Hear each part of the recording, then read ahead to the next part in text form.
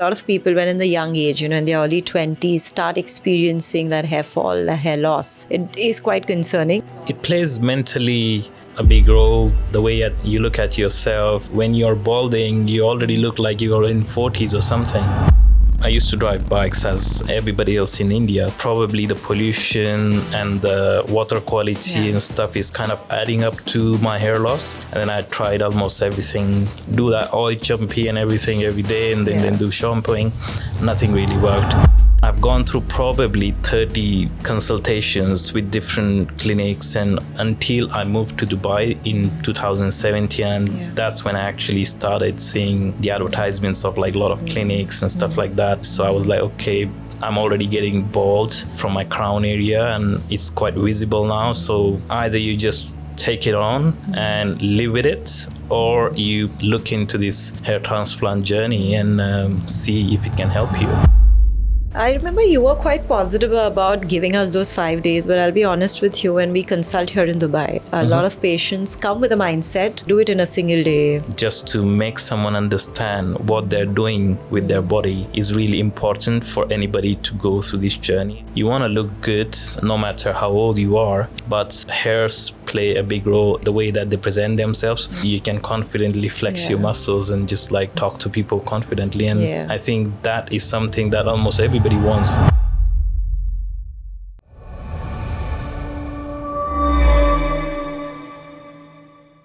Hello Parag sir, hi, welcome on Beyond the Mirror. Thank you very much. So as you know, we've been talking to several of our patients on this platform, where they share their personal journey, their professional journey, and of course, the hair restoration journey. So we would love to, one by one, speak on everything. But to start with, yes, I think you'd mentioned 2017 is when you moved to Dubai. Yeah, it's almost about 8 years now. 8 years now, and you have your own real estate consultancy business. That's true. Yeah, I think Dubai is one of the most exciting places in the world at the moment when it comes to fortunately, real estate. Yeah, so that's a great move. So tell us a little about what made you move to Dubai and how did it all start? So I'm an engineer by profession and the qualification as well. I was studying in the UK, in Scotland, and of course I always saw Dubai and its construction industry quite booming well. So that kind of attracted me to Dubai in first place.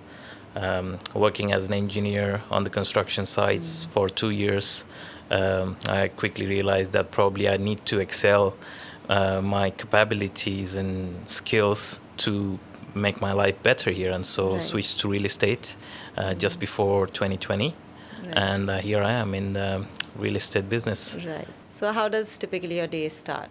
It's kind of pretty simple, to be honest. My day starts with the early breakfast and then just like head off to the meeting straight away and then take it from there.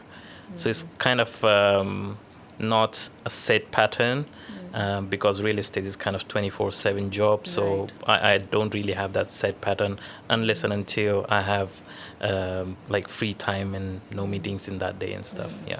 How exactly does your role play? Like when somebody comes in and for your consultancy, how do you guide through and what's the whole process like? So the process is quite simple. It always starts with the consultation.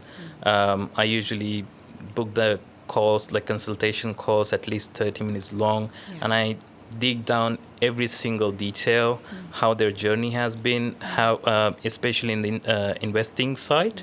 Where have they been investing?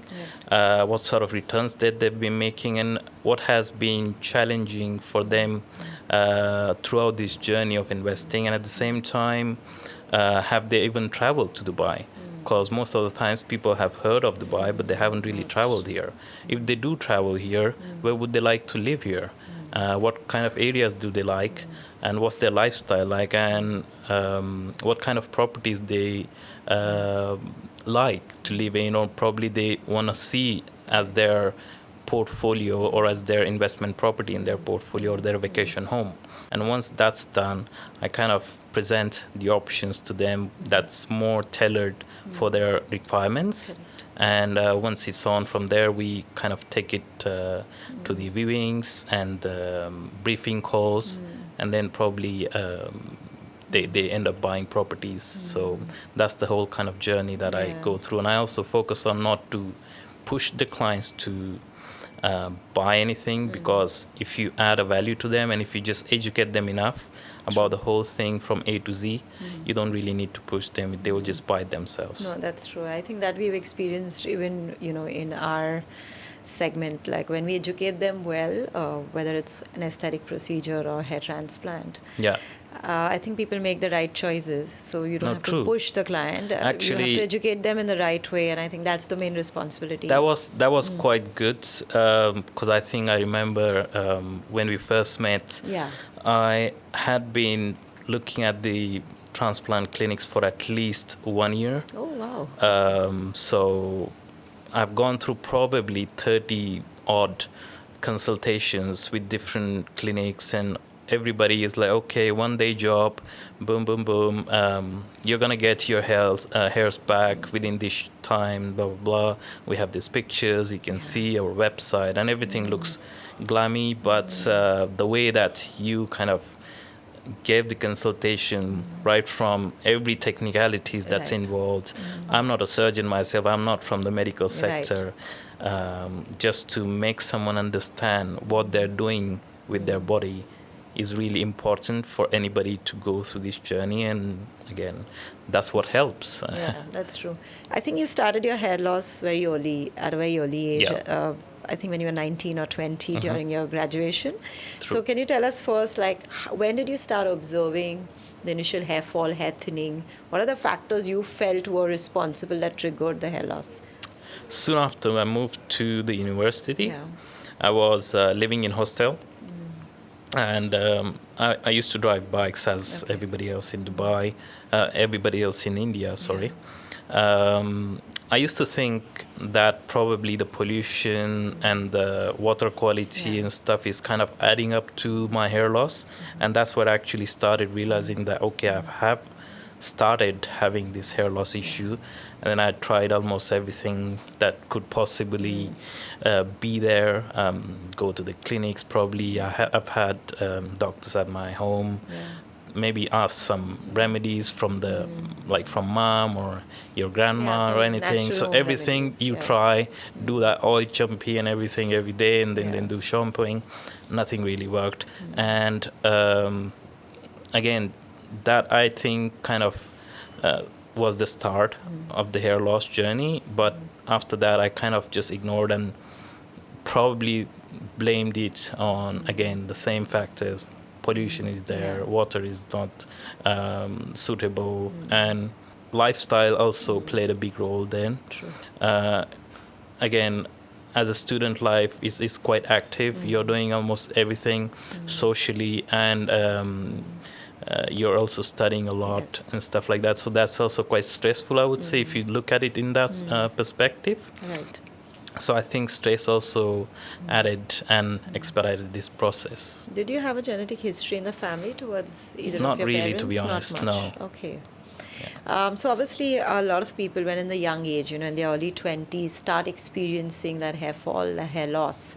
It is quite concerning. Not that their focus is only hair, but that's definitely one of the, segments where you are having that concern. Maybe it's from the confidence point of view, or even as your own well-being, right? So all therapies tried, nothing worked. Did that kind of disappoint you? It obviously is disappointing, and as you mentioned, it really plays a big role on the confidence part. You're a young guy, of course, you want to look good, no matter how old you are. But hairs play a big role into anybody's physical, especially facial expression, the way that they present themselves, because this is where people look at when they meet you first time. So that whole part needs to be aesthetical and needs to look proper. So once one part is missing, then that kind of tones down your confidence and the way you look at yourself and the way you present yourself to the public. So I think that really is important to probably hit that pain point at some point. So at what point you felt that, okay, nothing else works and now you need to research about and consider hair transplant as an option for you? When I was in the UK, that's when I actually first came to know from one of my colleagues who I was studying in. He had completely gone bald, Okay. and he was like, okay, there's something called hair transplant surgeries that kind of works. Before I used to think like probably it's just a scam, probably doesn't work, maybe it's just for, or even if it does, it must be super super expensive. That I've heard maybe some celebrities do it and stuff, but I wasn't really keen on it until I moved to Dubai in 2017, and Yeah. that's when I actually started seeing the advertisements of like a lot of clinics and stuff like that around Yeah. Dubai. That okay, there's a hair transplant. So many celebrities come to Dubai and they do their surgeries. So I was like, okay, it looks like. I'm already getting bald from my crown area, and it's quite visible now. So either you just take it on and live with it, or you kind of look into this hair transplant journey and see if it can help you. How did you come across knowing about Ashar? It was through Google search in the beginning that led me to your Instagram page. And then I saw all the testimonials, and I also researched about Dr. Abhishek, and I thought like probably he's the right person to do this job for me. But again, the first consultation helped me do that, take that next step. Yeah, Because the I've had, clarity is there. there was a clarity in what this surgery is gonna look like, what it's gonna involve, how I'm gonna feel after I've done this surgery, health-wise and stuff like that. Because throughout that journey of researching, I've also come across many other doctors who claim to be reputed and stuff like that. But again, that part where they were not doing the surgeries themselves kind of put me down. Yeah. So how was the feeling? Because in your case, I remember you were very clear you want only Dr. Abhishek, because it's once in a lifetime procedure. Though other doctors are good, but you were keen on him doing. So how confident were you then prior to procedure? Or were you still a little nervous? Of course, I was a bit nervous. Like, is it gonna work out? Is it really gonna get my hairs back at the first point? But yeah, at one time, I think you have to just like go on with it and do it, because I think the whole research for that 1 year and just thinking on and off kind of helped me take that step. But once everything was clear, how it's gonna be done, who's gonna do it, and he's gonna do it himself, and the whole surgery is split into 5 days to just make sure that I do not have that fatigue level, or the doctor do not has the fatigue level when they're doing the surgery, and the certain mistakes could happen at that time. So I think that gave me that confidence, and I think that played also an important role. I remember you were quite positive about giving us those 5 days, but I'll be honest with you, when we consult here in Dubai, a lot of patients come with a mindset, do it in a single day. Yeah. Or at the most, they're ready to give us 2 days, maybe because of their work schedule and all. But we do try counseling them. Look, you shouldn't do it, not in a haste. Give enough time to yourself. But people are a little hesitant when they listen to 5-day session. What do you want to say about that? Because you've personally experienced it. I think that approach is quite well, because when you look at the donor area, of course, there are ways you can, of course, take off the whole part in one go and like implant it right away. But they're taking off something of your body, and that has a life as well. And as far as I can understand from my non-medical side of things, anything that's living part from your body that's being taken out has to be implanted within that short amount of time. Yeah, during the and if you time, keep it for that long, for 6, 7 hours, 8 hours, most likely that part is already died. And when you have implanted that part in your body, probably it looks good that maybe after 1-2 weeks, once the surgery is done and when you have done the first wash stuff, you could see probably some follicles coming out, but that might fall off later on because that initial thing that was taken off was already died. Yeah. So I think the strategy of splitting that session into just taking one part at a time and immediately implanting that as soon as they take it off is kind of a feasible approach. Right.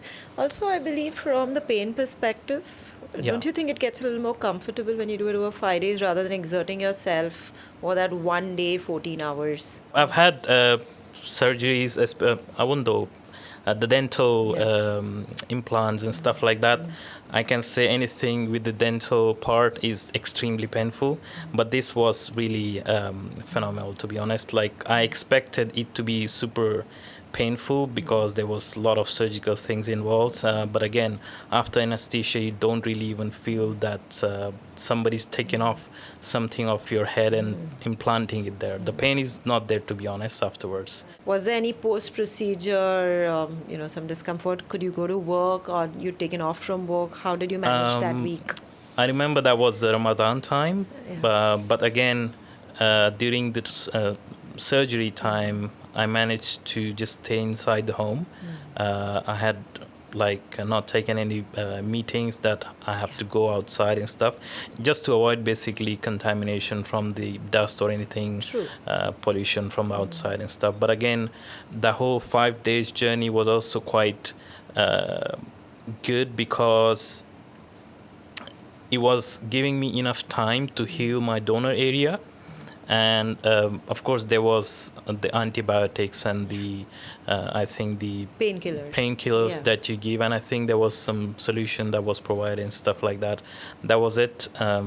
It's just like any other injury that you have, and you just take some pills, and that would just heal away. Yeah. So I think that is also really important. How soon did you resume back to work? Because again, that's a very common question. Immediately, I was given this medical cap, and I was just wearing that and going to my office for the 1 week, and I didn't take it off when I was going out. And then when I had my first wash, I was even working at that time already. How did it feel? A lot of people, they share their experience when it's the first wash, all the scabs are removed, they start seeing the new tiny little growth. Yeah. By then, were you then confident when you saw I remember it was Friday, and Friday afternoon was the first time I had this first wash. Yeah. Everything looked super clean, and I could already see the hair follicles coming out. And you won't be surprised, I went out that night, and actually one of my friend, he saw me because I was trimming off all the hairs because I was thinking to maybe I want to see myself how I look being bald. So before, I think 2 months before the procedure, I was constantly shaving my hair and stuff. So he was used to seeing me with the short hair and stuff, and he didn't really realize that I had done a surgery at that time. Wow. So within a week, it healed well. It wasn't very detectable at a procedure. Exactly. Yeah. Just the donor area was kind of, you could see that there's something's been done, but it's not looking at all. So no wounds, nothing overall, no inflammation. Everything looked pretty healed. Yeah. Yeah. In which month did you see the early signs of growth after the shedding phase? What month did you start appreciating the hairline developing? I think about a month or probably even after a month and a half or something like that. I could see that the hairline is growing back and stuff, and I remember I was just keeping short hairs and all the skin fed from the sides. Yeah. It was looking quite funky, to be honest. I know it's natural, and I could see myself being confident again. So I think it's been a year now. Yeah. Last year, just over a year. In Ramadan is what we did. So can you share with us how was the feeling? Obviously when you see fully grown hair. Yeah. When you see in the mirror, obviously that confidence level is there, sense of a little bit of that well-being you feel for yourself. So can you share with us what were your feelings when you saw it plays mentally a big role, the way you look at yourself, your physical well-being. Of course, people look at you in or maybe accept you in a different way that they used to do before. They used to look at you, okay, he's just a bald guy, the other bald guy, or probably I'm not too old, to be honest. I'm just 32. Yeah. So when you're balding, you already look like you're in 40s or something, which is quite like driving you down with your confidence. But when you have that hairlines back, and you can confidently flex your muscles and just like talk to people confidently. And I think that is something that almost everybody wants to be, and everybody where they can feel themselves as confident person. Great. What is it, one message you would want to give to the viewers, especially who are in a very similar age group, young like you, certainly considering hair transplant as an option, researching? 4 to 5 specific things that you want to educate them they must look for when they're choosing a certain clinic for them. First thing I would obviously want to know is the doctor actually doing the surgery themselves or not? The whole process of surgery, what kind of technology that they're using, there was FUT as well, I think. What technology they're using. Within that technology as well, what kind of instruments they're using to take off the hairs and implant the hairs and stuff, because that also plays a big role. And at the same time, how long the surgery is going to last. I think like if you know bits and pieces of this information, you should be able to find out which is the right fit for your hair transplant surgery. So this is in fact very encouraging, and I think all of them who are listening to you, they would be quite motivated, not only to see your transformation but also your personal experience that you shared with us, and that's going to be very helpful to most of them. I'm sure. So before we wrap up, we would like to do a quick rapid fire round with you. So I hope that's okay. That's fine. Okay, perfect. Let's get started. So the first one, if you had to describe Dubai's real estate market in one word, what would it be?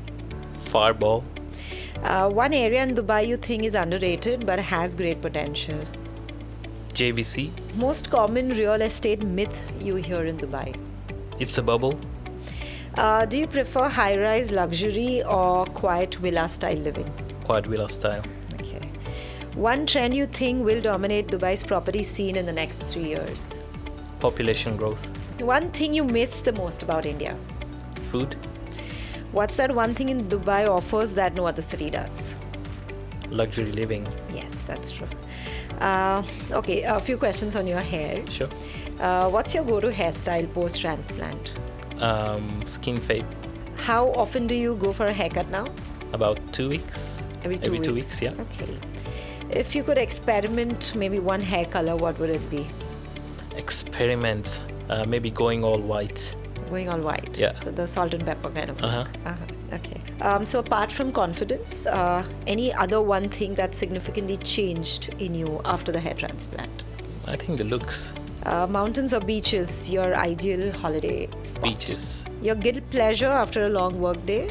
Probably just have a soothing biryani. Okay. Yeah. One thing people are surprised to learn about you? That I'm really a good cook. One goal you are currently chasing that you are yet to achieve? Buying a house here in Dubai. Okay. Yeah. Great. It was a great conversation. And of course, from your professional perspective, we want to wish you all the very best. Thank you very much. Wishing you lots of success ahead. I know this is one of the most dynamic and booming markets now, the real estate. And with the kind of ethical practice that you have, and I think that is definitely going to bring you a lot of success ahead. So all the very best once again, sir. Thank you for having me.